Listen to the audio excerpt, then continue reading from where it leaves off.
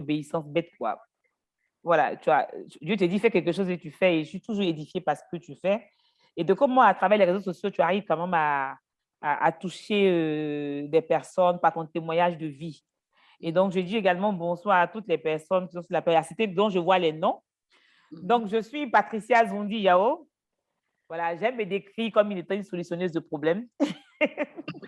Donc, je suis entrepreneur. Voilà, j'ai entrepris dans la fintech, dans la finance digitale, également dans l'agriculture. De formation, je suis juriste de formation, mais j'ai complété ma formation par d'autres formations en management et en leadership. Et j'ai terminé par un certificat en innovation à Stanford, qui est un programme de Stanford. C'est un peu difficile de parler de moi, mais je pense qu'à travers mon intervention et à travers ce que je vais vous dire, vous allez voir un pan de ma personne. Donc, Beth m'a demandé d'intervenir sur la vision, la puissance de la vision. Pour moi, ce sera vraiment des expériences très pratiques de ce que j'ai expérimenté moi-même.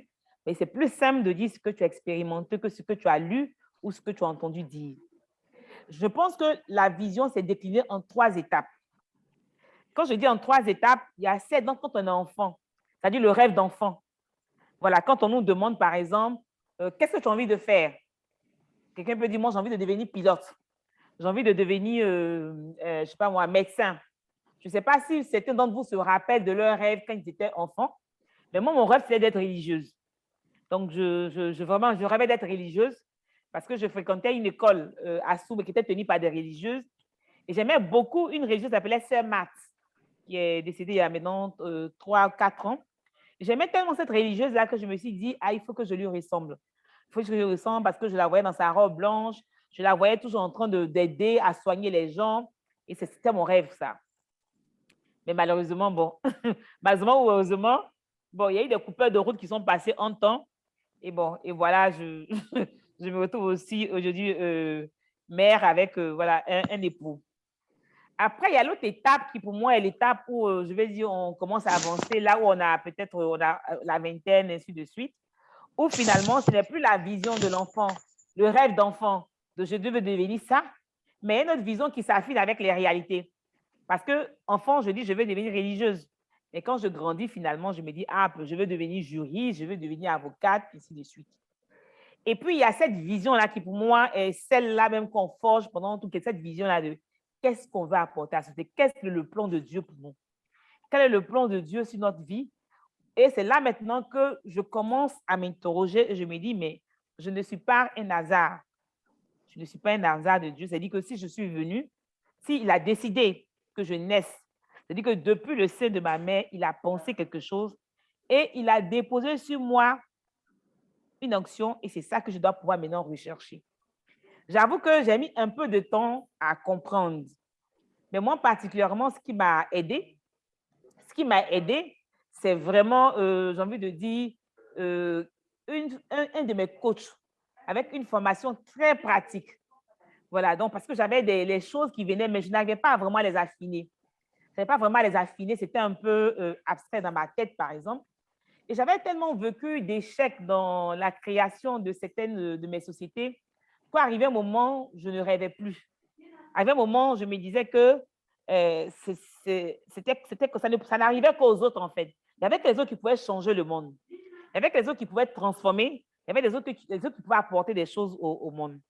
Et ça, c'était à la suite de plusieurs échecs que j'ai connus en créant des entreprises. J'en ai créé une première qui a fait faillite, une deuxième, une troisième, une quatrième, une cinquième. Arrivé un moment, on se pose des vraies questions. Bon, est-ce qu'on n'est pas maudit quelque part? Est-ce qu'il n'y a pas quelqu'un qui est à la base de notre échec quelque part? Et quand vous commencez à vous poser ces questions que vous n'avez pas de réponse, il y a une peur qui commence à s'installer en vous. Et cette peur-là commence à réduire votre force de la vision que vous avez sur vous-même. Et j'ai eu la chance de rencontrer un coach, enfin un business coach dans un programme. Et j'ai envie de dire que c'était l'une de mes plus belles transformations. Avant de commencer ce programme, on appelle ce qu'on appelle la transformation. C'est-à-dire que vous parlez à des personnes qui vous font tellement rêver, qui vous amènent à aller au-delà de vous et de vous dire que vous êtes tellement forte et que vous pouvez changer le monde qu'arrivé un moment, vous n'avez plus peur de quelque chose et quand vous rêvez grand. Et cette personne-là s'appelle Constantin Salamé. il est libanais d'origine, mais suisse. Il vit en Suisse. Et c'est avec lui vraiment que j'ai appris à forger, cette vision-là. Il m'a montré que les personnes qui aujourd'hui sont arrivées à transformer le monde ne sont pas différentes de moi. C'est des personnes qui sont faites de sang, de chair que moi, mais c'est des personnes qui se sont assumées, qui n'ont pas eu peur de ce qu'on appelle l'échec et qui n'ont pas eu peur de rêver grand. Et ce sont des personnes qui, justement, l'échec a motivé.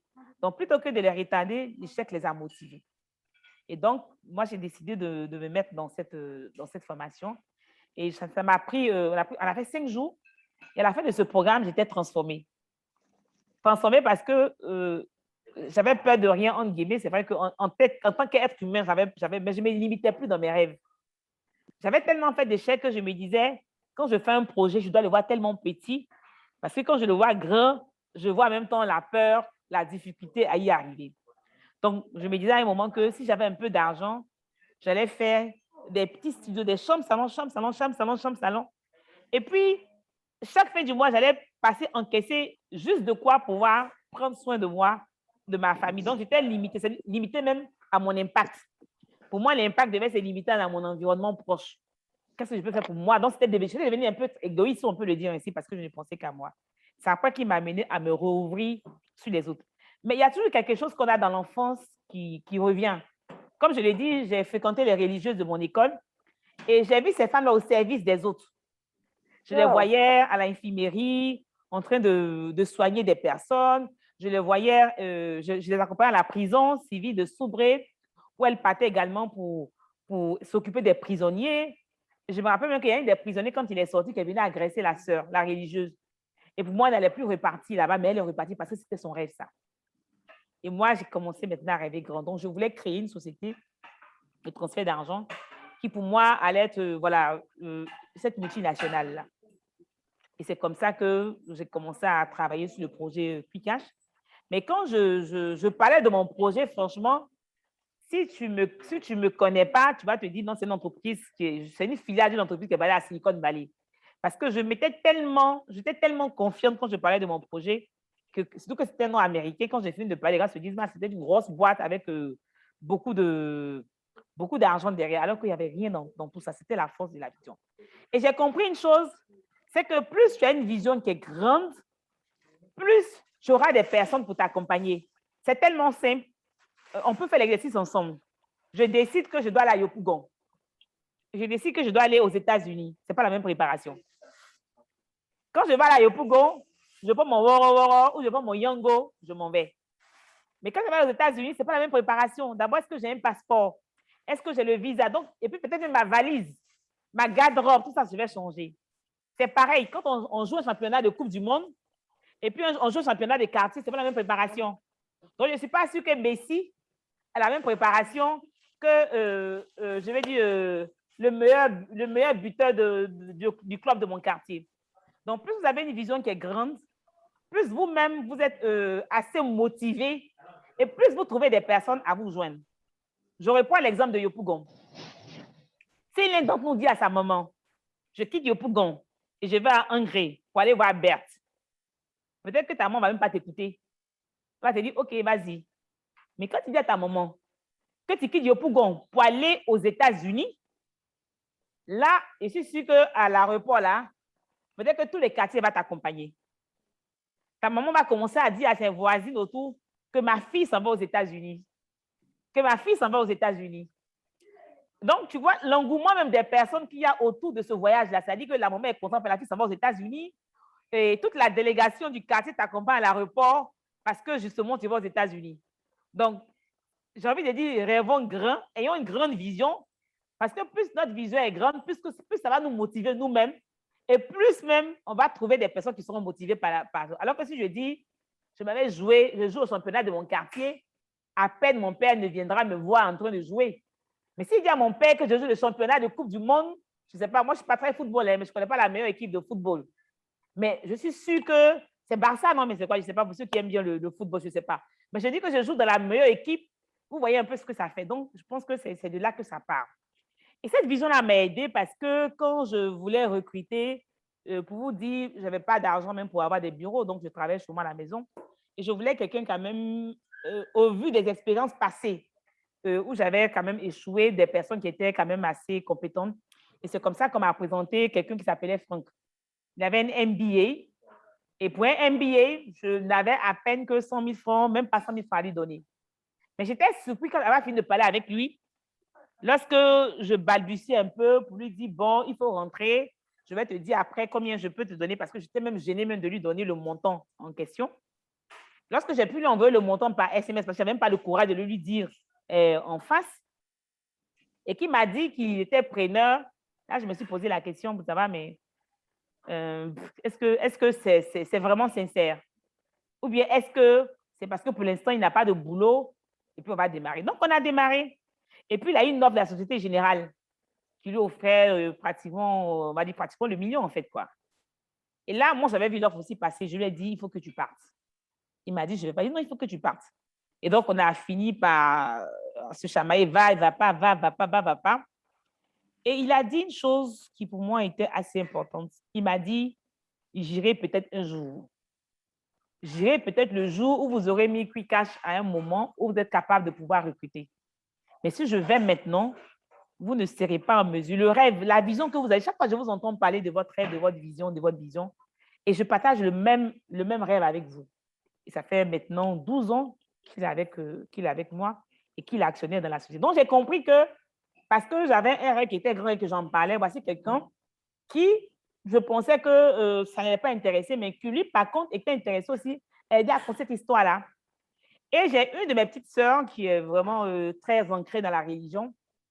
J'étais allée à une retraite et quand j'étais sortie, l'image de la pêche miraculeuse, c'était un peu dessiné devant moi.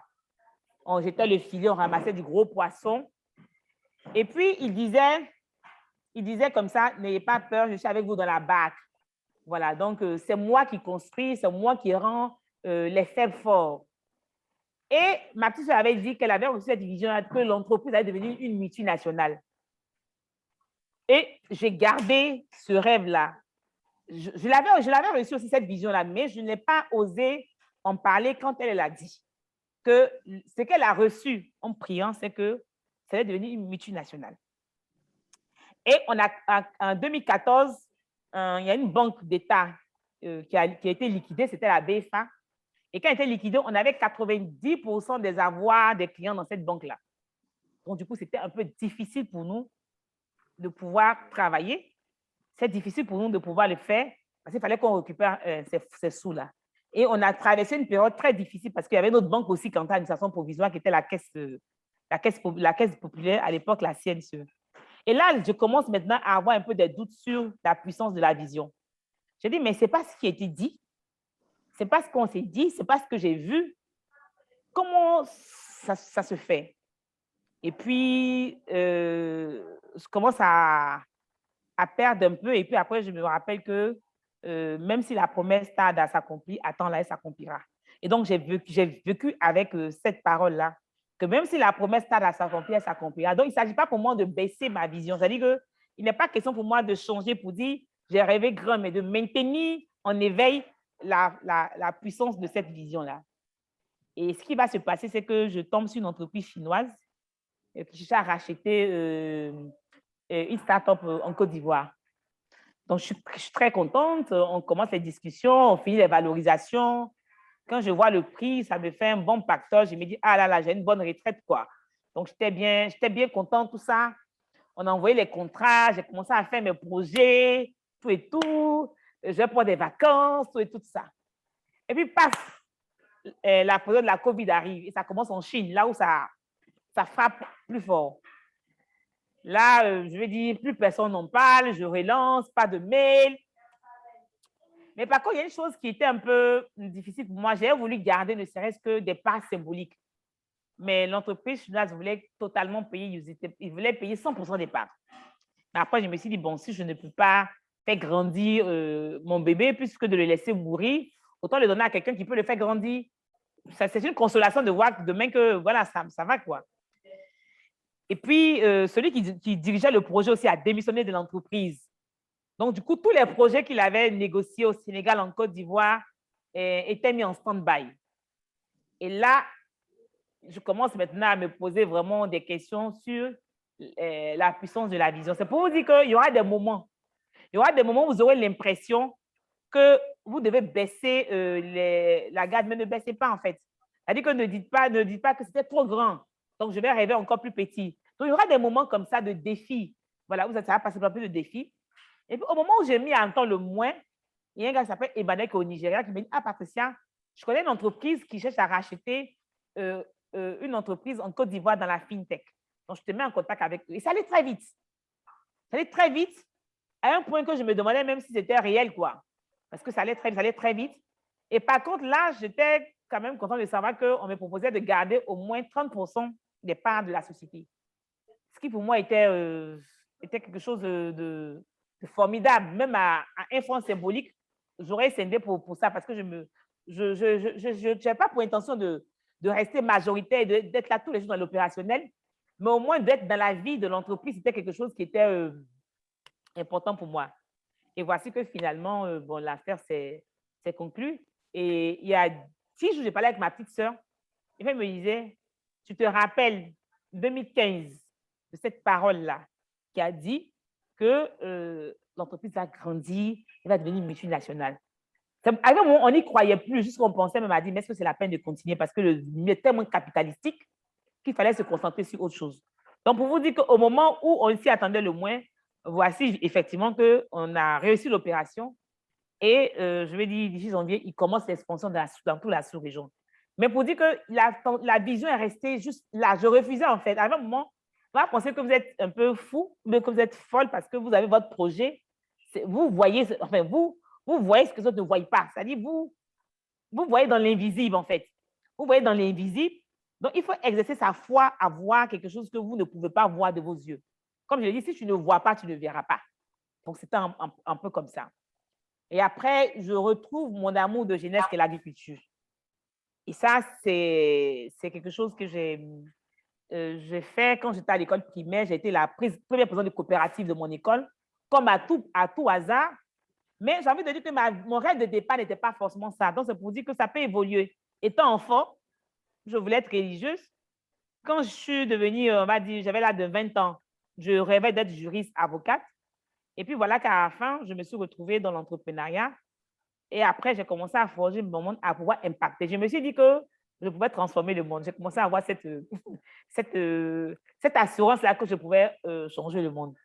Et donc, quand j'ai décidé de mettre Canal en dessous de pied, j'ai choisi le nom à dessin. Je savais que ce que je voulais faire comme projet n'allait pas être évident. Et je me rappelle que dans le programme de Stanford, Canal était mon projet. J'ai dit, je vais faire un nouveau projet avec Canal. Je ne me suis pas rendu compte, mais j'ai eu 3 coachs. Là où les autres ont eu un coach. J'ai eu 3 coachs sur 1 an. Et je n'ai pas compris. Je pensais que tout le monde avait les mêmes avantages que moi. Et puis, quand je parlais avec les autres, ils me disent, tu as encore des coachs? Je dis, oui, j'ai encore des coachs. J'ai jusqu'à 3 ans, ça avait créé un peu de jalousie, justement, à gauche, à droite, un peu de jalousie à gauche, à droite. Et puis, il y a eu l'opportunité pour moi de pitcher mon projet devant Ivanka Trump, la fille du président Trump, lorsqu'elle venait en Côte d'Ivoire. Et c'est là que mon coach m'appelle. Il me dit, je suis à Abidjan. Je dis, mais tu fais quoi à Abidjan? Il dit, je suis venu pour toi. J'ai dit, non, j'ai appris que tu dois pitcher devant Ivanka Trump. Pitcher, ça veut dire présenter mon projet en 5 minutes, quoi, parler pour convaincre. Donc, je dois parler puis convaincre en 5 minutes mon projet. Donc, je suis venue pour te préparer. Et quand il me préparait, il m'a posé la question, est-ce que tu sais que tu es la seule qui a eu 3 coachs? Je dis, oui, je ne savais pas, mais c'est après que j'ai su ça. Est-ce que tu es la seule qui a eu le coaching le plus long? Je dis, oui, j'ai remarqué ça. Il dit, tu n'as jamais posé la question? J'ai dit, non, justement, parce que moi, je voulais en profiter. Donc, je ne posais pas la question pourquoi on mérite mes coachs. Il dit, parce que tu avais le projet le plus beau, le plus exaltant, mais le plus difficile à mettre en œuvre. Le plus difficile à mettre en œuvre.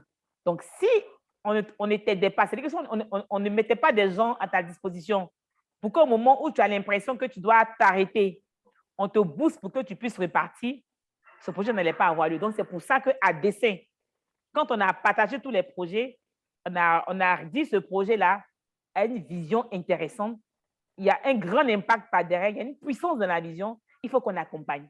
Et donc, c'est comme ça, effectivement, que je me suis retrouvée privilégiée sans m'en rendre compte. juste pour vous montrer comment il faut rêver grand. C'est-à-dire, ne pensez pas, est-ce que j'ai les moyens de pouvoir le réaliser déjà? Mais tant que vous projetez, puis en même temps, vous mettez des freins pour dire, est-ce que j'aurai l'argent nécessaire? Est-ce que, arrivé un moment, vous vous freinez dans votre élan et vous arrêtez de rêver? Et moi, je dis, la chose la plus simple, c'est de rêver. Il n'y a pas de facture pour rêver. Moi, j'aime rêver en couleur. Je ne rêve pas en blanc-noir. Et un exercice que j'aime faire bien, que je ne fais plus maintenant, mais que j'aime faire bien, c'est écrire ça dans les coins de ma maison que je fréquente le plus. Donc, quand dans ma chambre, par exemple, j'ai écrit mon rêve. En fait, je me saoule de mon rêve, je me saoule de ma vie. C'est moi d'abord que je dois convaincre, pas forcément les autres. Si je ne suis pas convaincue, je ne pourrais pas convaincre les autres. Donc, j'ai rêvé d'un paradis. J'ai dit, je veux créer un paradis sur Terre avec l'agriculture. Et donc, quand j'ai pris le nom Canaan, j'ai fait une comparaison avec le Canaan de la Bible, là où on dit que tout le monde est heureux, il coule le lait, le miel, mais la traversée n'a pas été longue. Donc, je dis, OK, donc je vais prendre ce nom-là pour me motiver. Mais je vais vous dire ce que cette vision-là, cette vision-là m'a apporté. J'ai commencé et c'était en 2014, j'ai fait un songe et dans le songe, en fait, un songe banal, en fait. Je voyais des endroits avec des fruits, des légumes. Franchement, un monde extraordinaire et beau, quoi. Rêve banal, rêve simple. Mais ça reste encore, je vois même la couleur des fruits, là, bien rouge, jolie. Et quand j'avance, je vois un tronc d'arbre qui est couché. Et même sur le tronc d'arbre, il y a une source d'eau qui coule. Donc, on peut dire que même le tronc d'arbre couché, là, il y avait encore de la vie dedans. J'avance et puis je vois des animaux qui avaient comme l'impression d'être des lapins, mais tellement grands qu'ils avaient la taille de chèvre. C'est tout. C'est-à-dire rien de spécial. J'en parle avec un de mes bergers là, qui lui-même ne sent pas bien la chose. Et puis, moi, j'oublie ça. Et puis, mon mari a des plantations de caoutchouc dans la zone de Toumoudi, donc j'y vais parce que j'aime bien la campagne et j'y vais souvent. J'avais pour habitude de prendre dans ma pick-up des femmes pour raccourcir leur chemin. Donc, quand je les vois, je les prends dans la pick-up, je les avance et puis je continue mon chemin. Et puis, je disais que je cherchais un site pour pouvoir mettre en œuvre mon projet. Parce qu'une chose est de rêver, une chose est d'avoir une vision, mais une chose aussi, c'est de la mettre en application. Donc, le rêve, il reste grand, mais la mise en œuvre, c'est de faire petit à petit. Donc, ce n'est pas parce qu'on n'a pas les moyens de le faire maintenant qu'on doit rabaisser sa vision, mais rabaisser son niveau. Donc, je cherche un petit site et on me dit, il y a un site qui est disponible, qui est libre. Donc, je vais visiter. J'arrive, je vois un très beau site. Et je ne sais pas si vous êtes déjà arrivé, mais quand j'ai mis les pieds sur le site, j'avais l'impression d'avoir vu le site déjà quelque part. C'était familier. J'avais l'impression que c'était déjà dans un rêve que j'avais vu ça. Et puis, le site faisait 100 hectares. Je n'avais pas d'argent pour le payer. Et en face de moi, il y a une grosse entreprise qui était là, qui voulait acheter aussi le site. Donc, on se trouvait deux à vouloir acheter le site. Et l'entreprise en face proposait 5 fois la valeur au cash. Là où moi, je n'étais même pas en mesure de pouvoir payer d'abord même plus d'un tiers et faire des échéanciers. Donc, du coup, je me suis dit que c'était perdu d'avance et je suis rentrée chez moi. Et le chef du village m'a appelé au téléphone. Madame, vous êtes passée voir le site, mais vous n'êtes pas revenue me voir. Parce qu'il attendait justement que je vienne lui dire quelque chose, c'était intéressé, puis les conditions. J'ai dit, je ne suis pas venue parce que justement, le voisin d'en face veut acheter. Et le voisin d'en face a fait une mise 5 fois plus importante que la mienne. Donc, je ne suis pas sûre de pouvoir l'honorer. Il me dit, vous voulez le site, vous ne vous le voulez pas. Je dis, je veux le site. Il me dit, vous pouvez payer combien? Je dis, j'ai à peine 10% de la valeur du site. Et je ne sais pas après comment je pourrais payer parce que je ne serai pas encore en train de générer de l'argent. C'est un projet que je vais monter avec les femmes en milieu rural, tout ça. Donc, je ne sais pas d'abord où les revenus vont venir. Il dit, bon, envoyez ce que vous avez. On va vous donner le site. J'ai dit, vous êtes sérieux? Il me dit oui.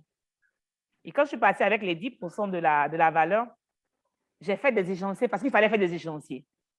Franchement, au moment où je fais les échéanciers, je n'étais même pas sûre de pouvoir les respecter parce que je n'avais aucune visibilité. Donc, j'ai fait pour le faire. Donc, ça aussi, c'est la force de la foi, quoi. Donc, j'ai fait des échéanciers.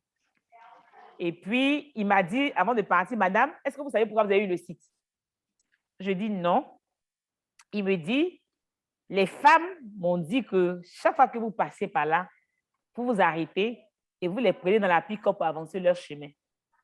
Et que très souvent, quand vous passez, que vous avez des gadgets, des trucs comme ça, vous les donnez. Alors que les autres, quand ils passent, à peine si vous ne mettez pas la poussière dans les yeux. Et elles ont dit que vous avez un projet. Et chaque fois que vous parlez de projet, vous parlez d'un projet qui est grand, vous parlez d'un gros projet que vous voulez faire. Donc, elles pensent que si ce projet-là se réalise, elles pourraient également en bénéficier. Donc, c'est pourquoi. Mais j'étais assez surpris parce que dans un village, tout le monde sait que tout le monde a besoin d'argent. Donc, là où quelqu'un est prêt à payer un site 5 fois la valeur en cash, je pense qu'il n'y a pas match dans ça, en fait. Donc, j'ai compris, en fait, qu'il y avait un plan qui se dessinait. Et que celui qui m'avait mis en mission avait déjà mis les personnes qu'il fallait. Et donc, j'ai pris le site. Maintenant, il me fallait les personnes. J'ai essayé avec plusieurs personnes, ça n'allait pas. Parce que d'abord, il fallait que j'arrive à communiquer mon rêve aux gens. Parce que quand je parlais quand je vais sur le site, je parle. En fait, je parle, je dis ici, mon mari, avant, mon mari me pensait que je devenais un peu folle. Après, il dit, tu vois ici, tu vois le bâtiment, tu vois. Il n'y a rien, mais je parle en fait. Je dis ici, il y a le bâtiment, ici, ici, ici. Et puis bon, pour les travaux, il me regarde quoi. Il me regarde d'une manière pour dire, mais est-ce que ça va un peu dans la... Est-ce que ça va un peu dans la tête? Mais moi, je m'en fous, je parle, je vois en fait. Moi, je sais pas, moi, je vois et ils ne voient pas. Donc ça, je n'arrive pas à comprendre. Comment je peux voir quelque chose et puis, et puis eux ne voient pas. Et ça, j'ai fait l'exercice avec à Stanford. Et donc, je parle et je dis, et je revenais, et puis j'étais épuisée parce qu'on avait fait des travaux, puis le feu de boue s'est passé. Et puis, je me suis dit, j'arrête. Quand j'ai dit j'arrête, j'ai reçu un message d'une stagiaire que j'avais reçue ici, qui s'appelle Inès, d'une école de commerce. Elle est passée, comment tu vas? Je dis, je vais bien. Elle dit, canal, je dis, je suis sur le point d'arrêter. Elle me dit, pourquoi? Je dis, non, parce que je n'arrive pas à trouver des personnes avec qui j'avance dans le projet, c'est coûteux, j'ai mis mes sous, tout ça. Et puis, ça tombe bien. Il y a un groupe d'étudiants qui ont repris l'association et elles cherchent un projet où elles peuvent intervenir. Et je lui ai parlé de toi. Attends, je fais la connexion. Donc, elle fait la connexion et puis les filles arrivent. Elles étaient 4. Et quand elles arrivaient, j'avais une seule chambre où j'ai fait sortir mes enfants pour qu'elles puissent rester parce qu'on n'avait pas encore du coup, elles sont arrivées. Et franchement, en 4 semaines, elles avaient 8 semaines à faire, on avait déjà mis en place plein de choses, on avait tellement avancé. Et puis quand elles partaient, une semaine après, je les ai regardées et j'ai dit, mais vous n'aurez pas dû venir. Et non, parce que vous avez me donné de l'espoir, on a travaillé, vous partez. On fait comment pour la suite? On fait comment pour la suite? Elle dit, mais attends, il y a des stagiaires qui peuvent venir, on va t'aider à recruter des personnes. Et c'est comme ça qu'elles ont fait tout le processus de recrutement. Et c'est pas de ce moment-là que j'ai commencé à recevoir des étudiants qui venaient d'écoles de commerce, d'Europe, tout et tout, pour aider à pouvoir mettre en place le projet. Et donc, c'est ce qu'on a fait finalement. Et j'ai fait les échéanciers, il me restait 2 échéanciers à payer. Et c'était très compliqué parce que je n'avais pas de visiter sur les échéanciers. Et là, l'idée me vient d'aller voir mon père pour lui demander sa bénédiction sur le projet parce que je lui avais parlé, mais il n'avait pas encore vu le site. Donc, je l'appelle pour lui dire que je viens à Soubré pour lui parler de ce projet. J'en parlais dans ma famille, tout le monde était saoulé de mon rêve. C'est-à-dire, j'en parle, j'en m'aidais les gens au fiche avec ça. J'en m'aidais tout le monde. Et mon père me dit, non, reste là-bas, moi, je viens. Je viendrai, j'irai voir le site et puis on va faire la bénédiction. Donc, il vient. Il y a encore les photos que j'ai sur Facebook, même avec lui, on parcourt tout le champ. Pour quelqu'un qui a plus de 70 ans, il a fait tout le tour du site. Et puis, il m'a dit, trouve-moi chez ta soeur le soir, mon aîné. Donc, je vais le voir. Et puis, il me dit, quand je t'entendais parler, je voyais aussi comme toi. Je voyais ces bâtiments. Pourtant, il n'y avait rien. Hein. Je voyais ces bâtiments, je voyais ceci, je voyais celui-là, celui-là. Et je me suis rappelé de quelque chose. Ta mère, quand elle vivait, elle me parlait d'un projet similaire. Je ne sais pas si c'est la même chose, mais en 1980, moi, j'avais à peine 4 ans. Et avec des femmes vers Boisseau, vers Toumongué et Yania, mais je ne sais pas si c'est la même chose, mais j'ai l'impression de revivre ce qu'elle me disait, mais je ne l'écoutais pas vraiment, en fait. Elle parlait, mais je ne l'écoutais pas vraiment. Et il me dit que si ta mère vivait, je suis sûre qu'elle aura apporté sa contribution au projet. Mes parents ne m'ont pas donné de l'argent depuis je ne sais pas combien d'années parce que depuis l'université, j'ai commencé à me débrouiller, à faire mes boulots. Donc, pourtant, c'est moi qui devais les donner. Et mon père qui sort 2 enveloppes. Une enveloppe qui me dit, cette enveloppe aurait été de ta maman, si elle était là. Et cette enveloppe, c'est ma participation. Quand j'ai mis les deux enveloppes ensemble, j'avais le montant qu'il me fallait pour l'échéancier et puis j'étais à la veille de l'échéancier. Là, je n'ai pas pu retenir, j'ai coulé des larmes en fait. Je n'ai pas pu dire à mon père pourquoi je ne peux pas lui expliquer en fait pourquoi. Parce que en fait, mon mari me dit, mais pourquoi tu dois te mettre dans un truc qui est compliqué? Ça dit, pourquoi tu dois apprendre quelque chose qui est compliqué? Pourquoi tu aimes te compliquer la vie? Alors que moi, je ne me complique pas la vie. Moi, moi j'ai un rêve, j'ai un gros rêve et je veux le faire. Et j'ai payé l'avant-dernier échéancier. Et le dernier échéancier, c'est mon mari qui a mené l'échéancier, mais il dit, parce qu'il y avait un jeune Français qui était venu d'une école de commerce centrale, il s'appelle Hubert de la Roche. Et puis, il lui demande, tu es venu faire quoi en Côte d'Ivoire? Il dit, il est venu pour travailler avec Patricia. Il dit, sur Canal, en lui. Parce que lui, quand il va, il voit des herbes, en fait. Il voit des herbes. Et moi, j'ai commencé à parler c'est maintenant que les bâtiments vont sortir. Et puis, j'ai commencé à faire ce que j'avais. C'est-à-dire, la terre, enfin, j'ai commencé à faire ce que j'avais. Et puis, il me dit, ton truc en est, c'est sourire. Hein. Parce que quand tu parlais, je me suis dit, bon, comme toi, tu as des folies. Mais je me rends compte que Jésus, il y a des personnes qui laissent sourire pour venir travailler avec toi. C'est que ça va être sérieux. Donc, il m'a donné sa contribution. Et sa contribution m'a permis de pouvoir solder le dernier échéancier. Et je marchais avec cette vision-là. Et c'est cette vision-là que j'ai partagée au sommet Wi-Fi devant I24 hommes. Et c'est là que le président de la BAD a été séduit par ce projet. Moi, franchement, de manière bête, on m'a appelé, on dit, madame, c'est Patricia oui, d'accord, c'est la Banque mondiale. On a 24 hommes qui viennent en Côte d'Ivoire, vous devez aller présenter votre projet devant elle. Au début, je pensais que c'était des brouteurs même, en fait. Bon, je regarde le numéro, Banque mondiale, ça ne me dit pas grand-chose. Il dit, bon, le matin, j'appelle, on me dit, oui, c'est le numéro de la Banque mondiale. Donc, je vais voir M. Eno, il me reçoit, il me dit, non, on aura une call avec la Maison Blanche. J'ai dit, moi, la Maison Blanche, oui, il me met dans une salle, vidéoconférence, je parle en anglais. Et puis, la dame dit, oui, elle me demande de parler de mon projet, donc je parle de Canal, de ce que je veux faire. Elle me dit, c'est le profil qu'on cherche. Et puis, effectivement, elle arrive. Et puis, moi, j'étais juste venue pitcher. C'est-à-dire, je m'attendais à rien. Ce n'était pas des investisseurs, je venais juste présenter mon projet, ça me faisait plaisir de le faire.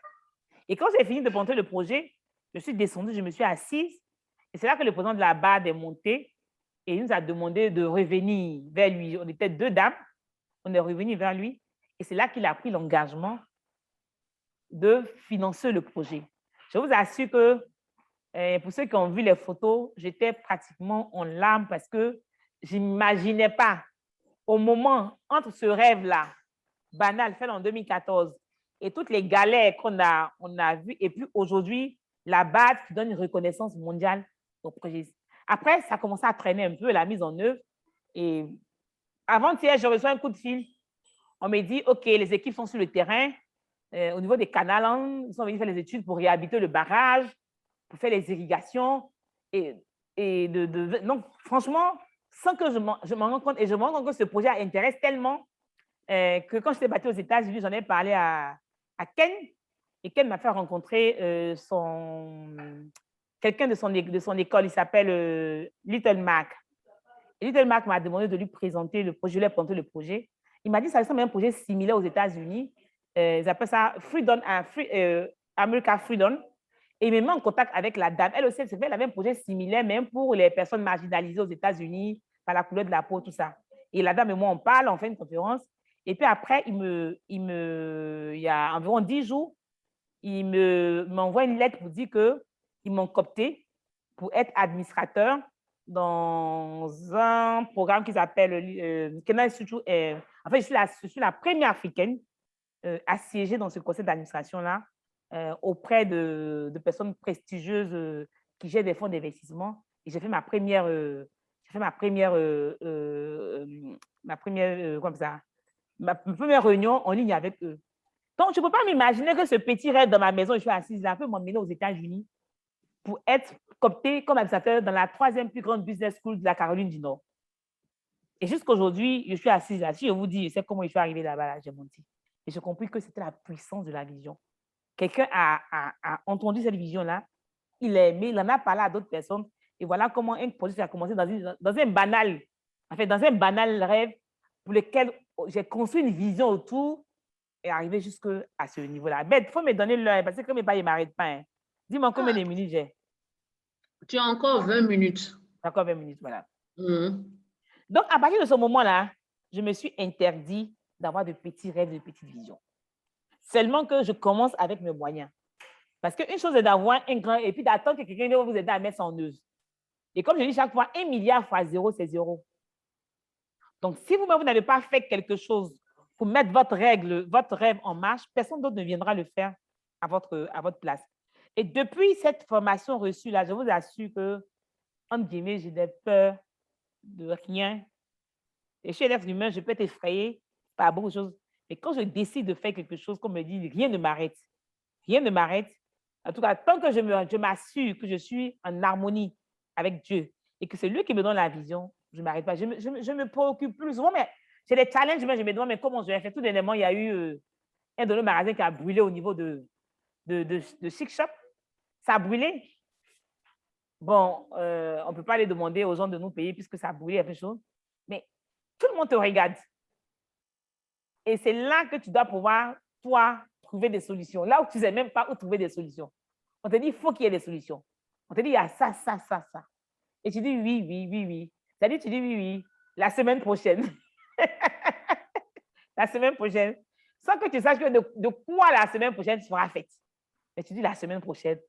Donc, c'est aussi le porteur de la vision, aussi, être celui aussi qui à un moment, doit pouvoir, je vais dire, face aux difficultés, c'est donner assurance, rassurer les autres. Même quand vous-même, vous ne savez pas sur quoi vous appuyer. Mais si toi, tu paniques, qu'est-ce que les autres font? Donc, tu es obligé souvent d'avoir le dos large et d'avoir un discours, on va dire, cohérent, ou bien, comment je peux dire ça, optimiste. Et quand tu quittes là, tu t'en vas réfléchir à comment tu vas trouver une solution. Et une personne qui m'a vraiment inspirée, c'est le PDG de Chic Shop. Quand il y a eu l'incendie, je ne savais pas comment lui parler. Je ne savais pas quoi lui dire. Chaque fois que je partais, il me partageait son rêve, sa vision. Un monsieur simple qui me parle de son rêve. Et puis, je voyais comme il avait investi par derrière et puis tout a pris feu. Donc, je me demandais comment lui parler. Donc, je parlais un peu à côté à ses collaborateurs pour savoir. Et puis, j'ai demandé à Charles, est-ce que je peux l'appeler? Mais je ne sais pas si quand je vais l'appeler, ça va lui faire plus. Il dit, non, elle dit, vous pouvez l'appeler. Mais quand j'ai appelé le monsieur, il m'a dit, madame, on va reconstruire et de plus beau. Le phénix renaît de ses cendres. Je vous assure que ce monsieur-là, il m'a enseigné. Il dit, mais madame, c'est fait. Si Dieu le veut, on va reconstruire de plus beau. Et je me suis mis dans cette logique-là que ce monsieur-là, à peine il a dit ça, lui-même me dit, il y a d'autres appuis qui sont venus instantanément que lui demande pour aider à reconstruire de plus beau. C'est là que j'ai compris que il fallait que quand je veux faire quelque chose, je le rêve grand, je le rêve beau. Je peux faire des petits pas pour le mettre en œuvre. Parce que entre la vision et la mise en œuvre, il y a forcément un écart. Mais ne vous inquiétez ni pour les hommes, ni pour les moyens, parce que sans que vous ne vous en rendiez compte, les gens vont venir. Et ça, c'est ce que j'appelle les gens m'entendent. Mais si vous avez une vision qui est tellement petite, qui n'est pas capable de motiver quelqu'un, ça va être pour vous-même. Vous-même, qu'est-ce qui vous motive le matin à vous lever? Moi, c'est ce qui me motive. On a dépensé beaucoup d'argent dans l'encadrement des femmes. On a dépensé beaucoup d'argent avec le Covid, mais je suis encore motivée à ne pas abandonner. Je suis toujours là. Je suis toujours là. Je n'abandonne pas parce que je me dis, c'est le rêve, c'est la vision. C'est le rêve, c'est la vision. Mais si j'étais seulement que limitée à ma personne, peut-être que j'aurais dit, bon, je n'ai pas besoin de tout ça. Hein. Qu'est-ce que je peux faire? Et puis pour moi, mais quand vous voulez créer un impact plus large, c'est-à-dire quand vous voulez changer le monde, comme on le dit, mais vous voulez apporter votre grain de sel pour dire, demain, je veux qu'on se souvienne de moi parce que j'aurais aidé à faire ça. Je pense que c'est la chose. Donc, quand je regarde mon rêve de départ, de la religieuse que je voulais être, c'est vrai que je n'ai pas été religieuse, mais il y a beaucoup de qualités de ces religieuses-là qui se retrouvent aujourd'hui dans ce que je fais. Donc, je me dis, ce n'est pas un hasard. Je partais avec elle à la prison, pour voir les prisonniers, pour assister. Donc, c'était le service. Donc, naturellement, j'ai compris que je suis devenue entrepreneur social. Mais tu m'aurais posé la question quand j'avais 4 ans, je ne savais pas quoi te dire parce que c'était quoi l'entrepreneuriat à l'époque. Donc, c'est comme ça que j'ai commencé à marcher. Et c'est pareil, c'est ce qui m'a envoyé aux Nations Unies, c'est ce qui m'a permis d'être nommé advocate. Tout ça par la puissance de la vision de Canal. Quand bien même, ce n'était pas encore évident sur le terrain. Quand bien même, ce n'était pas encore très structuré sur le terrain. C'est-à-dire que le projet allait tellement vite, la vision a propulsé ça, que moi, j'avais un peu peur. J'ai dit, mais ça n'a même pas encore démarré là où c'est arrivé. Et c'est vrai que c'était en 2019, mais aujourd'hui, on est en train de faire le barrage qui va être quand même une couverture de 3 hectares. Ça se met en place. On a reçu des fonds américains de USAID qui nous ont apporté de l'argent pour construire une entreprise, une usine. Et maintenant, je vois, c'est comme si tous les projets qui venaient en Côte d'Ivoire, tout le monde a envie de venir regarder. Donc, après, quand je regarde, je dis, c'est ça. Moi, je suis folle de ma vision. Quand je parle, pour ceux qui ne me connaissent pas, ils m'ont dit, mais voilà, mais je pense que les gens sont habitués à moi maintenant. Et donc, pour ceux qui veulent faire l'exercice, moi, je vous demande de vous souvenir de votre vision. C'est d'écrire partout. C'est-à-dire, moi, ce que je faisais, j'écrivais partout, dans les endroits que je fréquentais le mieux, dans ma chambre, ma vision. Comme il dit, c'est de nourrir l'Afrique. C'est ce que je veux faire. Je veux nourrir l'Afrique. Je veux nourrir l'Afrique. Je veux mettre de la nourriture saine dans le plat de chaque Africain. C'est ce que j'ai envie de faire. C'est ce que j'ai envie de faire. Parce que je me dis, la vision, si elle est très limitée, après, je n'ai plus d'inspiration. Donc, quand je commence, je n'ai pas la prétention de terminer, mais si je quitte ce monde-là parce que je suis quand même quelqu'un de mortel, d'autres personnes viendront poursuivre. C'est ça, en fait. Donc, je pose les fondements pour que d'autres personnes viennent continuer, pour qu'on ne meure plus de faim. Et c'est ça mon rêve, en fait. C'est de nourrir sainement la population. Et je pense qu'on va, on va y arriver, quoi. Et ça, je l'ai forgé. Ça se forge aussi, quand même. Ça se forge au niveau des formations, au niveau du coaching. Et moi, je pense que je l'ai forgé vraiment. Donc, j'avais des prérequis, enfant né de parents paysans, ayant un peu été président de coopérative, ayant voulu être religieuse. Donc, il y a plein de petites choses quand je fais mon truc de trucs qui m'ont prédestiné à arriver là où je suis. Je ne sais pas demain de quoi je vais rêver. Je ne sais pas de quoi je vais rêver demain, mais bon, je pense que je suis partie pour ne plus jamais m'arrêter. Donc, ça, c'est vraiment la puissance de la vision, quoi. Et ça vous amène des personnes incroyables. Là, il y a devant moi Alexandre, voilà, qui est d'une école de commerce de HEC, qui est venu travailler avec nous. Il y a sa fiancée qui est venue aussi nous voir. Donc, voilà, quoi. C'est pas toujours rose, hein, mais je suis contente quand je me lève. Je suis contente de mettre des pas. Mais si j'étais vraiment limitée à ma petite personne, je pense que et à un moment de ma vie, c'était ça. C'était moi, voilà, moi. Et puis après, j'ai compris en fait que tout ce qui est moi n'est pas durable. Voilà, donc, puis après, on doit pouvoir laisser quelque chose, pouvoir impacter un peu de ça. Donc, voici un peu, voilà, il y a certains qui, la vision leur vient dans un sens, il y en a, c'est partout, mais moi, je pense que j'avais des petits clins d'œil et puis je l'ai affiné vraiment à travers mes coachs là, qui m'ont vraiment, il y a une image quand tu rentres dans le programme là, on te montre un chat et après le chat devient lion en fait. Voilà, parce qu'en fait, le chat, c'est tellement fort. Le chat pense qu'il est lion en fait. Et il a tellement confiance en lui qu'il pense qu'il peut être aussi comme le lion, quoi. Donc, voici un peu Berthe, ce que je peux dire à ce. Il y a encore 10 minutes, hein? Il y a encore 10 minutes. Dis encore 10 minutes, voilà. Donc, bon, qu'est-ce que je dis pour ajouter? Je suis en train d'atterrir là. Je suis en train d'atterrir là. Ben, j'ai dit quoi? Là, j'ai déjà atterri. Donc, je monte encore. Donc, voilà. Donc, aujourd'hui, je vois un peu ce rêve que j'avais nourri il y a 12 ans pour Pikachu se finaliser par, je veux dire, la signature d'une convention avec un groupe où vraiment, je veux dire, qui va prendre de l'ampleur. Là où vraiment c'était un peu difficile, après, on te pose des questions. Ah, est-ce que. Donc, de toute manière, les visions que vous allez avoir, vos rêves, il y aura toujours des défis. OK. Le plus important, c'est de ne jamais s'arrêter, c'est de ne jamais baisser. C'est-à-dire, vous pouvez revoir la stratégie. Vous pouvez voir la stratégie, vous pouvez revoir comment vous allez, mais vous n'avez pas le droit de revoir votre vision à la baisse. Parce que moi, je peux compter sur le chef de l'État pour m'aider. Le chef de l'État sera limité. Je peux compter sur le président de la Banque mondiale, il sera limité. Mais je compte sur quelqu'un qui est illimité. Et donc, et puis, c'est même pas ma mission. C'est-à-dire, moi, je ne suis qu'un instrument, en fait. Je ne suis qu'un instrument.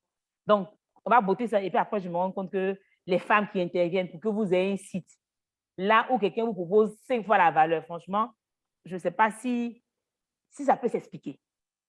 Je ne sais pas si ça peut s'expliquer. Moi, peut-être qu'à la place du propriétaire du site, j'aurais pris celui qui me proposait 5 fois la valeur. Mais il y a quelque chose qui a dû se passer. Donc, il y a quelque chose qui a fait que c'est incliné, lecteur. Et ces femmes-là, elles sont allées pleurer devant sa porte. Ah, chef, tu vas donner le site là à telle entreprise là, et la dame là, et la dame là, et la dame là, et la dame là. Pourtant, je ne connais ni les noms. Tout ce que je fais, c'était juste les déposer puis continuer. Je ne pensais pas qu'il y ait un acte aussi banal que d'accompagner quelqu'un, en fait, de raccourcir son chemin, pouvait m'ouvrir des portes ici. Donc, vous allez comprendre pourquoi toute mon énergie tourne autour des petites personnes. C'est ça que dans mes postes, je parle de la puissance de ces petites personnes à ouvrir des portes. Mais très souvent, on regarde des grands, on regarde le DICAP, on regarde le directeur financier de temps pour vous ouvrir des portes. Mais très souvent, les portes sont ouvertes par les cuisiniers, par les chauffeurs, par des personnes qu'on n'espère pas. Donc, je pense que on a une autre vision qui est une vision qui sera une vision sous-régionale. Donc, après avoir fini, après avoir amorcé le projet ici, déjà ça attire en fait. Ça attire. Et quand je regarde, il y a quand même 5 nationalités qui sont passées ici. J'ai une collaboratrice qui est indienne, j'ai eu des personnes qui viennent de l'Europe, des États-Unis, voilà, de l'Inde et de l'Afrique en fait. Donc, j'ai compris que c'était un projet rassemblant en fait. Donc, quand je regarde dans le miroir, je dis, ah, mais c'est un projet rassembleur. Et l'année fois, on a eu encore une subvention d'un fonds américain qui nous donne une subvention. Après, ils ont aimé, ils veulent l'accompagner. Et donc là, il y a un autre projet de l'Union européenne. Donc, du coup, je me retrouve aujourd'hui avec une implémentation de partenaires qui veulent venir faire quelque chose sur le site de Canal. Et le site est tellement beau, il est en bordure de l'autoroute. Chaque fois, on me demande comment vous avez fait pour avoir ce site-là. Je dis, il sait. Il sait. C'est celui qui m'a mis en mission là. Et puis qui a mis aussi les personnes qu'il fallait pour qu'on en arrive là. Donc voilà, Beth. Donc je vais m'arrêter là pour prendre des questions. Et puis. Oh là là. Ah, j'étais tellement occupée à prendre les notes et ton témoignage. Je lis déjà voilà, au niveau de la discussion ici, oui, inspirant. Nous sommes tous impactés par le témoignage, nous sommes touchés. Waouh, c'est vraiment les qualificatifs manquent.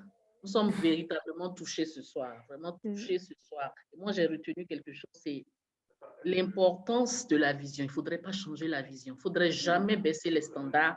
Il faut surtout avoir la foi, de pouvoir communiquer cette foi-là à son équipe. Vraiment, c'est très important. On a beaucoup appris. Il y a quelques questions. Il y a l'une des milliardaires qui dit qu'elle a une grande vision. Et donc, depuis toujours, ce qui lui a été communiqué, c'est qu'elle va se retrouver au niveau des instances de décision, des instances internationales. Mais c'est le doute. C'est-à-dire, elle se regarde, elle voit qu'elle est petite, elle voit qu'elle a en face d'elle un rêve, une vision qui est très grande. Et elle a connu tellement d'échecs que le doute a fini par s'installer. Après le doute, la procrastination. Et donc, comment, à son niveau, elle peut dépasser cela?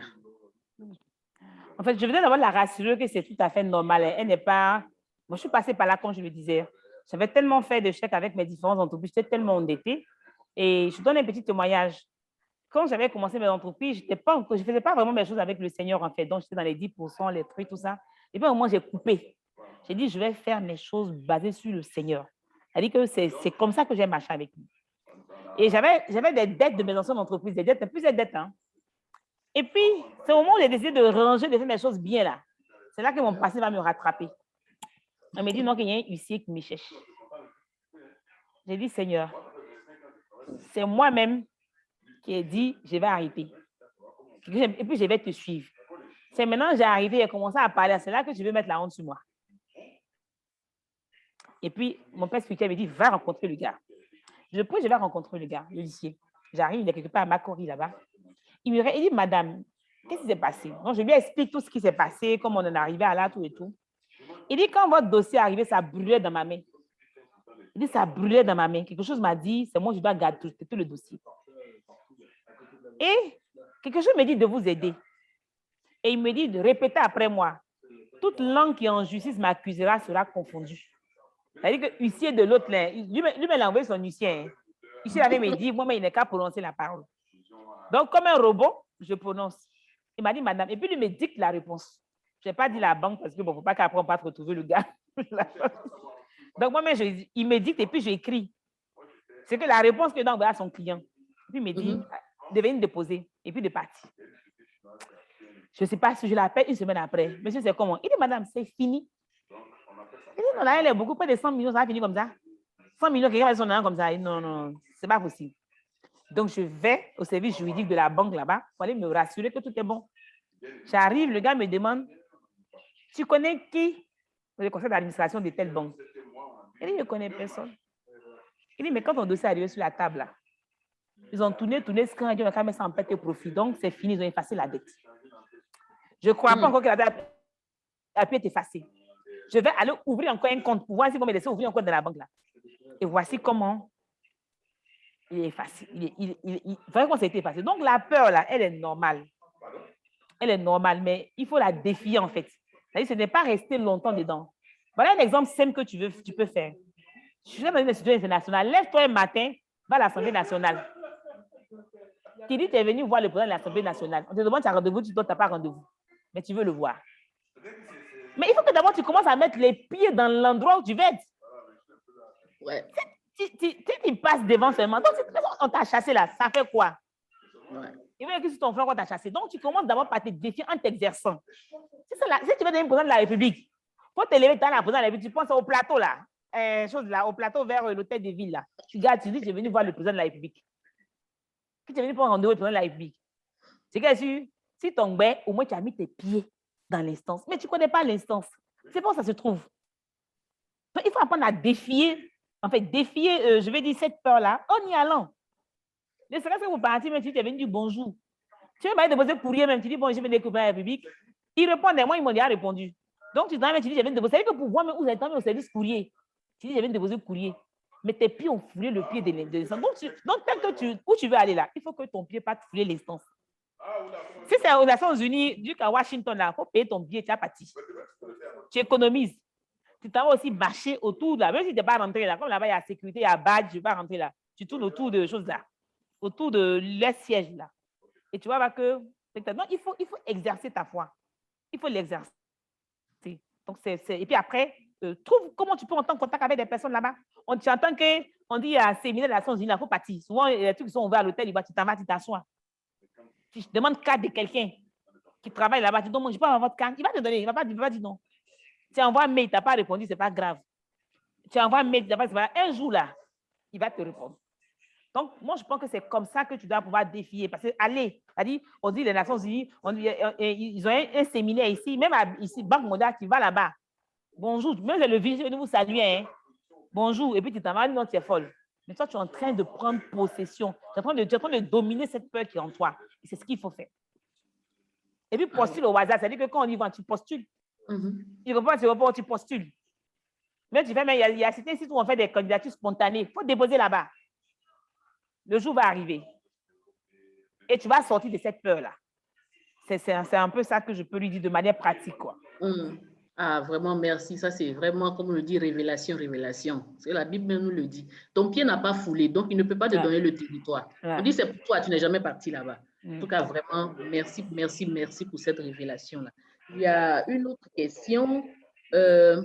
Comment choisir les collaborateurs qui vont porter la vision avec nous? C'est-à-dire, tu nous as donné ton exemple. Est-ce qu'à partir de là, on peut tirer quelques leçons? Comment faire pour trouver ces personnes-là qui vont porter la vision? Parce que si elle est vraiment grande, c'est que le fardeau est très lourd.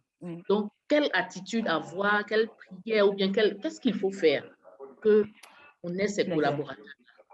C'est que les collaborateurs, il ne faut pas te tromper. Hein. Tu en auras de tous les modèles. Tu en auras de bons, de moins bons. Donc, déjà, il ne faut pas que ça te fruit. Si en cours de route, des gens se retirent du chemin. C'est normal. Arrivé un moment où ils ont besoin de suivre un autre chemin. Donc, ne sois pas frustré que quand tu commences un projet, tu ne termines pas avec les mêmes personnes. Voilà. Donc, chacun a son chemin. Il y en a qui viennent au début. Il y en a qui vont venir au milieu. Il y en a qui sont venus à la fin. C'est comme les ouvriers de la dernière heure. Enfin, les ouvriers, il y en a qui sont là venus, il y en a qui sont venus à la dernière heure, mais chacun va contribuer à sa manière. Moi, je choisis en fonction de quand je te regarde, est-ce que tu brilles? Est-ce que ton visage brille est-ce que tes yeux brillent quand je parle de ça? Est-ce que tes yeux, est-ce que tes yeux brillent? Est-ce que tu te mets à rêver lorsque je parle de ça? Tu commences, c'est pas ça que je veux dire. C'est-à-dire que est-ce que tu vis, est-ce que tu aimes? C'est un peu ça. Est-ce que tu aimes? Je vais dire, tu peux te tromper de personne. La personne peut aimer et puis demain, il n'aime pas. Donc, ce n'est pas un problème. Donc, il ne faut pas penser que tout le monde sera dans votre vision. Non. Tout ça dans votre vision. Donc, ne soyez pas frissé que dès le départ, les gens ne suivent pas. Moi, c'est des dehors. Nul n'est pas chez soi. C'est les gens d'ailleurs qui sont venus d'abord pour que les gens d'ici se regardent. Hein? Ce n'est pas encore d'Ivoire que j'ai commencé. C'est les gens de l'extérieur. C'est quand ils gens viennent de France, de temps. Ah, c'est qu'il y a quelque chose là-bas. Et c'est après que ceux d'ici ont commencé à regarder. Donc, très souvent, ce sera les gens d'ailleurs. Les gens de trucs, voilà, parce qu'on va se dire, comme on dit, peut-être que parce que l'une des personnes chez soi, mais ne te frustre pas que même dans ta propre maison. Mon mari, il a mis du temps avant de comprendre. Pourtant, tous les jours, on est ensemble.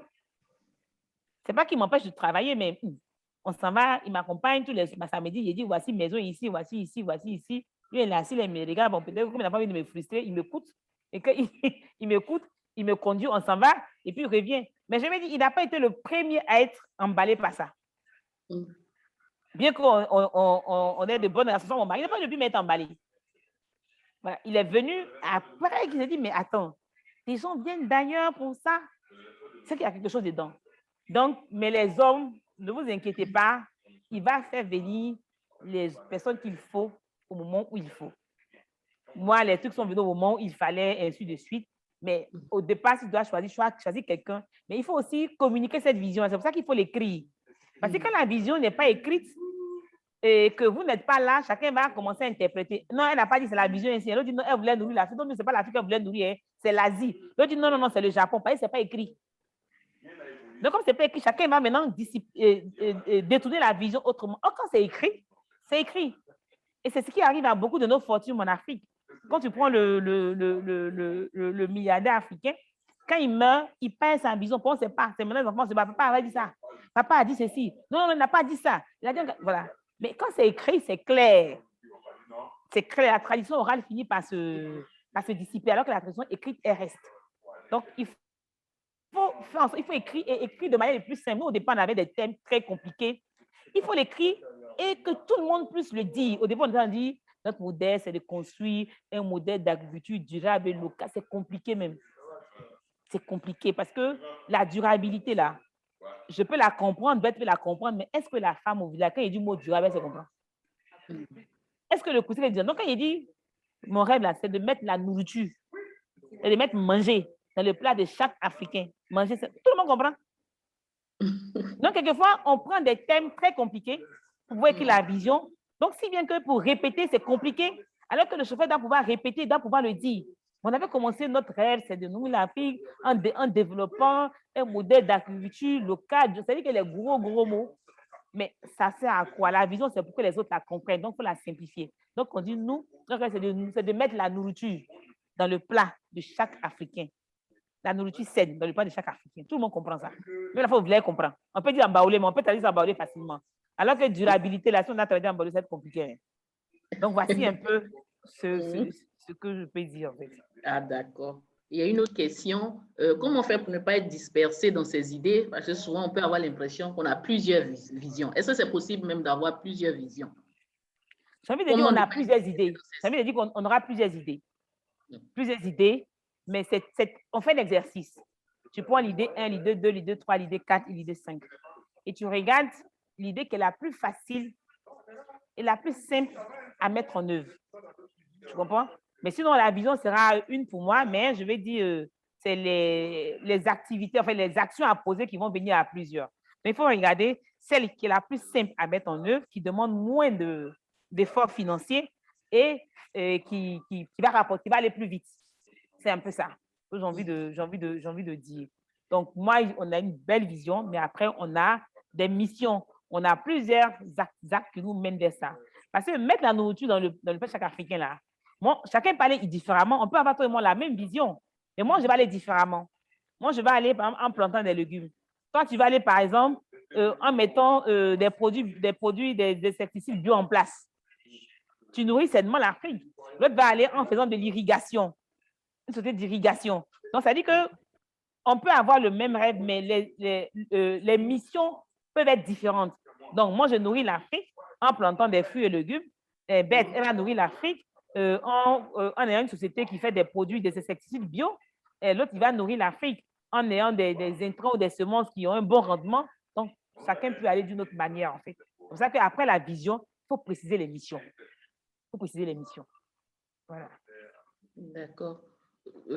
Patricia, tout à l'heure, tu parlais de ton époux qui a eu à te rejoindre plus tard dans cette vision-là. Justement, l'importance du soutien du conjoint. C'est vrai, même si ce n'est pas au départ, même si c'est mais est-ce que c'est vraiment important que le conjoint puisse soutenir dans une telle vision parce que c'est vraiment grand. Donc, est-ce que tu peux nous parler un peu de l'importance du soutien, en tout cas du conjoint, qui puisse partager une telle vision? Je pense que c'est important parce que d'abord, c'est la première personne que vous avez à vos côtés. Quand ça va aller mal, les autres seront chez eux. Donc, c'est vous. Donc, vous n'aurez peut-être que la personne la plus proche, voilà, pour en parler. Et c'est la personne qui a même de pouvoir, en fait, vous défendre différemment des autres. Maintenant, ce n'est pas parce que, je vais dire, dès le départ, il n'est pas emballé. Oh, Marie, je pense qu'il le faisait pour ne pas me frustrer. Voilà, il ne faisait pas me frustrer, il faisait ça pour peut-être me faire plaisir. Lui-même, ce n'est pas quelque chose dont il était vraiment convaincu, ce n'est pas quelque chose dont il aspirait. Mais je me suis dit, bon, c'est son devoir de me soutenir. Donc, il faisait ce qu'il fait. Mais après, je me suis rendu compte que c'est lui-même. Et ça me dit, mais non, on ne va pas à la fin. Donc, avec moi, il était emballé. Et quand je ne vais pas, c'est lui qui fait. Et puis, c'est lui maintenant qui a pris les devants. Donc, tout le monde ne réagit pas au même moment. Voilà, il y en a qui débattent au cas de tout. Quand vous lui parlez, il va vous soutenir automatiquement. Il y en a qui ont besoin de voir certaines choses. Donc, je vais dire, le soutien sera, mais pas de différentes manières. Si, par exemple, le mari de Berthe, dès qu'elle fait quelque chose, moi, dès qu'il fait quelque chose, il me soutient. Ça dit, peu importe ce qu'il fait, il me soutient. Mais c'est après, maintenant qu'il est convaincu que ce projet est un projet qui peut porter, parce que j'ai dit, mais à faire ça, là, ça va arriver où? Donc, c'est ça. Mais c'est important. C'est important, mais en même temps, il ne faut pas vous blâmer si dès le départ, vous n'avez pas le soutien immédiat. Ça, il ne faut pas vous blâmer. Parce que vous avez aussi besoin de quelqu'un qui a les pieds sur terre. Parce que aussi, le gros défaut de nous, les visionnaires, c'est qu'on ne sait pas s'arrêter. On ne sait pas s'arrêter. Donc, on ne sait pas s'arrêter. Donc, il faut souvent quelqu'un qui peut te faire descendre un peu sur terre, quoi. Pour te dire, sinon, arrivé un moment, tu es dans tes volets, tu es en train d'avancer, quoi. Sinon, c'est important. C'est important parce que, comme je dis, au finish, il y aura des challenges.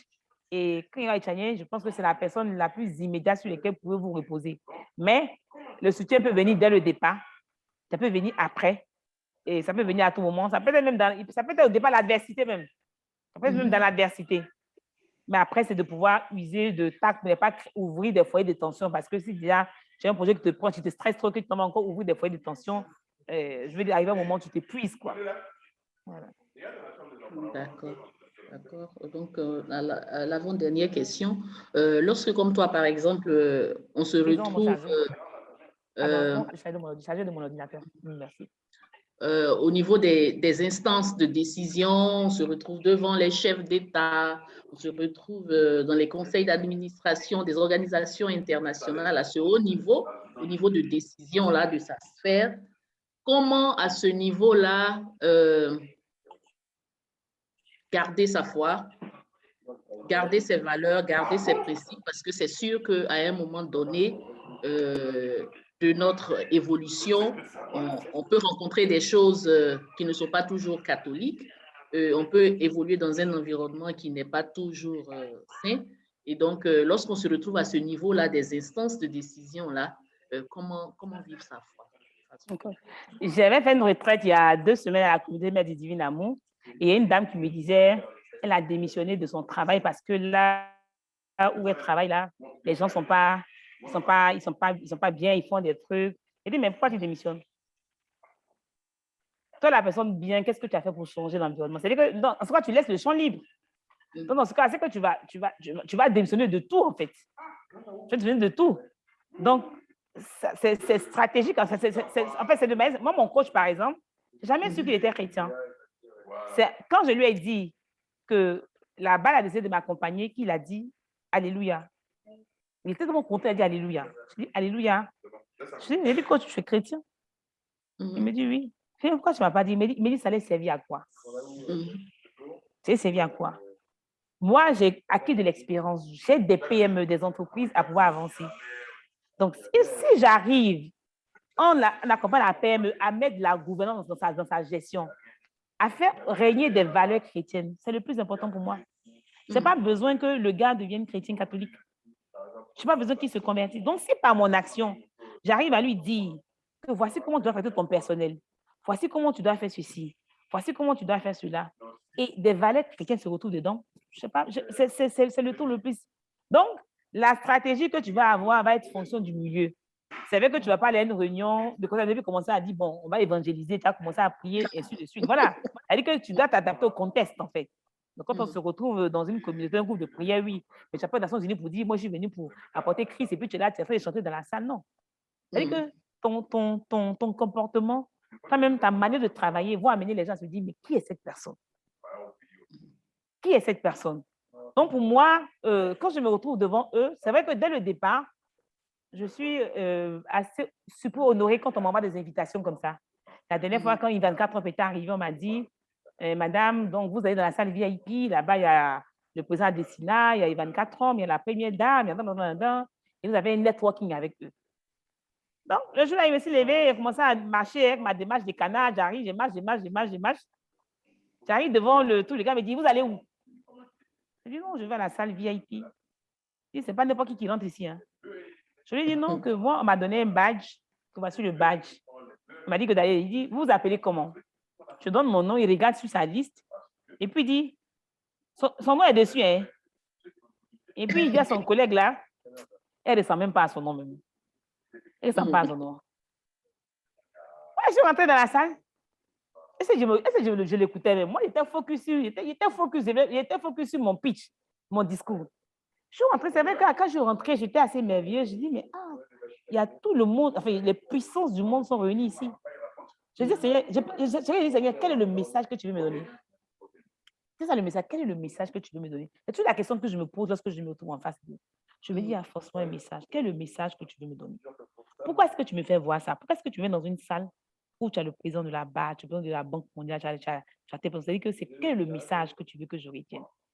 C'est surtout ça, en fait. Je pense qu'il y a un message et moi, je me focus plutôt sur le message. Peut-être qu'il veut me dire, ces personnes-là, en fait, je ne sais pas, mais je focus sur le message. Après, c'est vrai qu'on est content de tous prendre des photos, mais il y a un message que je veux comprendre. Pourquoi est-ce que tu veux que je sois à cet instant-là, avec les puissances de ce monde-là? Et je pense que c'est ça qui est plus important pour moi, le message que je dois retenir. C'est pour ça que j'ai copié il n'y a pas longtemps un test de Magloire NDI sur l'humilité, en fait. C'est-à-dire que, arrivé à un moment, tu vas avoir l'impression que tu es assez important, que tu es invincible, parce que je vais dire, tu t'assois à la table des grands, des rois, mais ne te trompe pas, en fait. Pour prendre cette position-là, pour pouvoir, je vais dire, te glorifier toi-même, ou bien pour pouvoir, je vais dire, martyriser les autres, en fait. C'est lui qui décide, il est le maître de tout. Et moi, c'est ce que je... Parce que quand je regarde mon parcours, je regarde mes parents, d'où on vient, et mon grand-père qui était une des familles les plus pauvres de notre village, et puis de ce qui m'arrive, je me dis, quel est le message? Et c'est le plus important. Moi, je retire chaque fois un message, et c'est ça qu'il me dit. Il m'a envoyé là pour aller capter quelque chose. C'est pas pour aller prendre une photo pour mettre forcément sur Facebook. C'est vrai que quand tu le mets, ça inspire les gens, tu écris. Mais il y a un message. Il n'y a pas de hasard, il ne fait rien au hasard. Si tu as permis de les rencontrer, c'est qu'il y a quelque chose. Si tu as permis ce jour-là que je rencontre I24, il y avait quelque chose, tout était écrit. Et tout d'un moment, j'ai retrouvé mon maître de CP1 sur Facebook. Et quand je devais être présidente d'une fêtière de PME, d'une association de PME, et à la veille, je me suis rendu compte effectivement que j'avais été élu premier président de coopérative grâce à lui.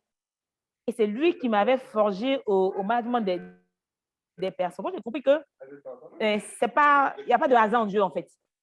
Il y a plein de petites choses. Si on fait attention à tout des petites choses qu'il a fait dans notre vie, on va se rendre compte qu'il nous prépare à quelque chose. Donc, il ne faut pas qu'on rate à cause de ce message. Donc, quand on a l'occasion, ne ratons pas le message qu'il veut nous faire comprendre plutôt que de se focaliser sur j'étais avec le chef de l'État, j'étais avec ceci, j'étais avec cela, j'étais avec cela. Donc, voici un peu ce que je peux dire de là, en fait. Waouh, waouh, merci infiniment. Et à la dernière question, tu as beaucoup parlé de mentor, mon coach, mon coach. Et donc, comment trouver ce mentor-là? Comment trouver ce coach? Quelle est leur importance vraiment dans la réalisation de la vision?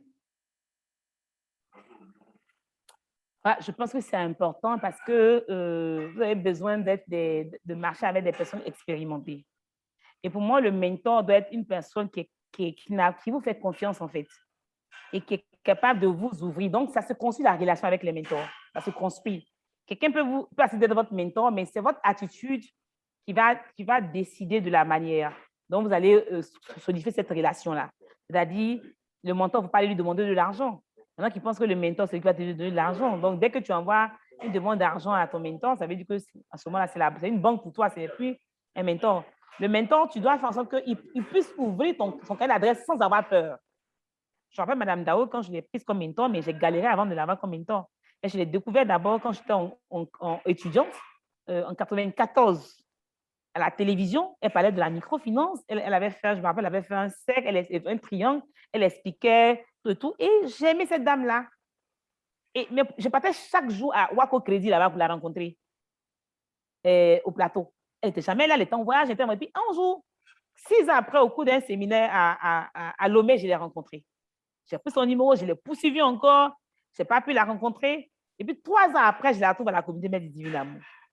Cette fois-ci, je me suis attachée avec elle. Je pense que ma persévérance à la poursuivre là, c'est-à-dire que c'était quelqu'un vraiment qui voulait vraiment, quand je veux quelque chose, je ne lâche pas. Et puis, on a commencé à construire cette relation-là. Elle a commencé à me faire confiance. Systématiquement, quand elle doit intervenir quelque part, qu'elle ne peut pas, elle me propose. Elle ne cherche même pas à ce que je valide le contenu avec elle parce qu'elle se dit, je te fais confiance, vas-y, tu passes, ça m'engage. Et une fois, elle avait l'occasion de parler devant la première dame, mais elle savait que mon projet que j'avais là, c'était important que la première dame écoute ça. Elle m'a dit, c'est moi qui dois intervenir, mais je pense que je vais décliner pour que tu viennes intervenir. Parce qu'il faut que je te fasse la place pour qu'elle puisse entendre ce que tu as dit. Donc, c'est quelqu'un qui n'est pas capable d'ouvrir son carnet d'adresse. Et quand tu dis tu viens de telle personne, on trouve les portes. Donc, tu peux les trouver dans ton entourage. Ce n'est pas forcément des personnes, on va dire, très célèbres. Pas forcément des personnes très célèbres. Moi, mon maître de CP1, il n'est pas très célèbre, mais je me rends compte que c'était le premier mentor que j'ai eu. Parce qu'il m'a appris les rudiments de la gestion. Mais il n'est pas très célèbre, donc ce n'est pas forcément des célébrités. C'est quelqu'un avec qui a des valeurs, en fait, dont tout le monde se dit, oh, que ce gars-là, franchement, il est crédible, il est digne de confiance. C'est différent du coach, qui le coach, pour moi, est quelqu'un de très technique, en fait. Puisque le mentor, là où il n'est pas très technique, mais où il est vraiment relationnel, il est vraiment, c'est ma bonne petite, c'est mon bon petit, je pense, me le pose. Le coach, pour moi, a plus de connaissances techniques, en fait, qui peut te dire, tu fais ton business comme ça, il faut faire comme ça. Il faut faire comme ça, il faut faire comme ça, il faut faire comme ça. Et moi, j'ai eu des coachs qui sont devenus des mentors. Donc, ça peut arriver. Mon coach, Constantin, est devenu un mentor pour moi. Parce qu'après, on a développé une relation de grande soeur à petit frère. Il m'appelle à tout moment. Et moi, c'est le modèle. Je lui ai dit que je veux vivre ma vie comme lui. Aujourd'hui, il est un homme heureux. Il dit il a tout eu. C'est-à-dire que tout ce qu'on pouvait espérer dans la vie, il a tout eu. Aujourd'hui, il dit il paye la dîme de sa vie. Donc, aujourd'hui, il se fait aller dans le monde entier, aider les PME gratuitement. Parce qu'il dit la vie lui a tout donné. Donc, aujourd'hui, il est en train, c'est-à-dire qu'il se fait plaisir. C'est-à-dire qu'il donne à la vie ce que la vie lui a donné avant de repartir à la terre. Donc, il y a même du mentoring en ligne. Je sais qu'il y a des plateformes maintenant qui font du mentoring en ligne. Donc, ça veut dire que même si vous n'avez pas de mentors ici, il y a des plateformes. Je crois une plateforme d'une fondation, je ne sais pas, c'est la femme de Tony Blair, la Cherry Blair Foundation, un truc comme ça. Voilà, sa femme s'appelle Cherry Blaison. Donc, il y a plein de plaques qui offrent des mentoring. Après, dans notre entourage, ce n'est pas forcément, comme il dit, des célébrités en tant que telles. Ça peut être juste à côté. Voilà, mais c'est quelqu'un vraiment qui est capable de s'ouvrir à vous, en fait, et de vous accompagner, et de vous faire confiance, et en qui vous faites confiance aussi. Donc, c'est un peu ça. Et puis, comme il dit, il faut avoir l'humilité qu'on est en face de son mentor. Souvent, vous pouvez avoir une connaissance mieux que votre mentor, mais vous vous mettez dans la position d'apprenant. Vous mettez dans la position d'apprenant. Voilà, pour mettre le mentor à l'aise pour qu'il essaie vraiment de vous donner ce qu'il a. Quoi. Alors, merci, merci. C'était la dernière question. Waouh, nous avons beaucoup appris.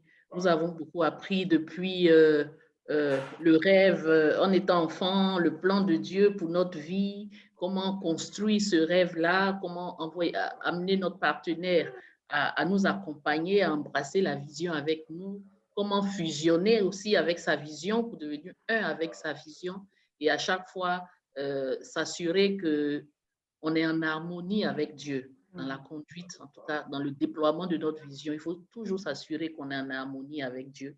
Et la force de notre foi va pouvoir nous porter comme la force vraiment de ta foi, t'a poussé et que vraiment Dieu même t'a déposé sur ses ailes et il est en train de te faire monter.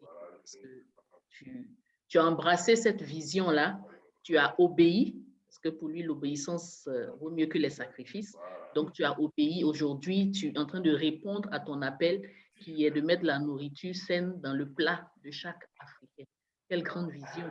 Une vision à l'échelle continentale, et je dirais même à l'échelle aujourd'hui mondiale, puisqu'elle s'exporte, les gens viennent vers toi, comme la Bible même l'a dit, que lui-même, il va chercher des gens pour venir à nous, tout simplement parce qu'on a obéi. Et ton obéissance, ton témoignage de vie est une inspiration pour nous. Nous sommes vraiment ravis en ce soir. Tout le monde a été édifié. Tous les commentaires que je reçois, c'est waouh, révélation, réma, nous sommes édifiés, waouh, waouh, waouh. Ce n'est que waouh. Et donc, c'est avec ce waouh-là qu'on va finir, comme dirait quelqu'un, la prière de Patricia. Là, je vais faire la prière de Patricia. Vraiment, Dieu continue de te bénir, il continue de bénir ta famille et qu'il bénisse tout ce que tu entreprends. Tout ce que tu entreprends, parce que c'est ça l'appel. L'appel, c'est ce qu'on fait pour les autres, pour la gloire de Dieu. Et donc, tu as décidé de te mettre au service de l'humanité pour la gloire de ce Dieu-là que tu sers avec foi, avec dévotion chaque jour. Merci infiniment. Et donc, nous allons dire une petite prière pour ce moment exceptionnel que Dieu vient de nous donner pour ces cœurs qu'il a touchés en ce soir à travers toi. Merci Seigneur, parce que ce moment a été extraordinaire. Merci parce que tu as parlé à chacun de nous. Merci Seigneur, parce que je sais qu'en ce soir, tu as confirmé des appels. Je sais qu'en ce soir, ô Père éternel, mon Dieu, tu as réveillé des appels. Je prie que tu aides tous les champions de chaque sphère d'influence à pouvoir accepter leur vision, à pouvoir accepter la mission que tu leur assignes, de se mettre au service de l'humanité pour la gloire de ton nom. Merci pour la vie de Zundi Patricia, épouse Yao. Merci, Père éternel, mon Dieu, de faire pleuvoir ta bénédiction en abondance sur ces entreprises. Merci de bénir sa famille. Merci de bénir tous ses collaborateurs. Père éternel, que ce nom-là soit associé à la gloire de Dieu, pour que partout où elle passe, partout où tu l'amèneras, Seigneur, que ce soit toi que l'on voit, que ce soit toi qui sois glorifié. Merci, Père éternel. Merci, Seigneur. Amen. Amen, amen, amen, amen. Amen. Merci, amen. Merci. Mais il faut m'envoyer la biographie pour que je puisse partager dans le groupe. D'accord. D'accord. En tout cas, merci. Merci infiniment. Merci. Et puis bon, voilà, je suis connectée. Et puis bon, Beth, n'hésite pas. Quand tu as besoin de moi, tu me dis toujours, je serai toujours disponible. OK. Voilà, merci beaucoup. OK, bye bye. Bisous. Bye. Bye.